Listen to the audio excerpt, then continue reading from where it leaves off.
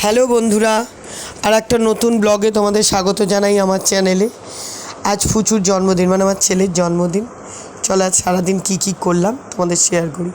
কাল রাত্রিরে একটা ছোট কেক এনে ওকে সারপ্রাইজ দিয়েছিলাম। এবার আজকে আর রান্নাবান্না কিছু করিনি। পাশেই একটা ড্রামস্টিক, আমাদের একটা রেস্টুরেন্ট আছে বাড়ির কাছাকাছি, এখানেই এসছি লাঞ্চটা করব বলে। তাও লাঞ্চের টাইম পেরিয়েই গেছে, প্রায় 3টে বাজে। এই যে ফুচু, আমরা 3জনেই এসেছি। ফুচু এখন দেখছে কী অর্ডার দেবে। চলো দেখাই তোমাদের কি আমাদের মেনু এসেছিলো। এরা সব সুন্দর করে পিতলের থালায় কলা পাতায় সুন্দর করে খেতে দিয়েছিল।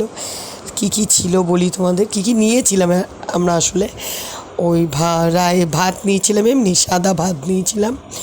ঝুরঝুরে আলু ভাজা দিয়েছে, তার সাথে সোনামুগের ডাল, ধোঁকার ডালনা।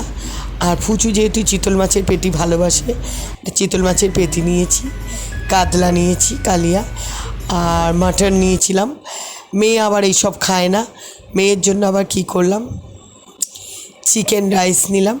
এত সুন্দর করে দেখো বন্ধুরা সাজিয়ে দিয়েছে বাটির ওপর, রাইসটার ওপরে একটা ডিম পোচ করে দিয়ে দিয়েছে।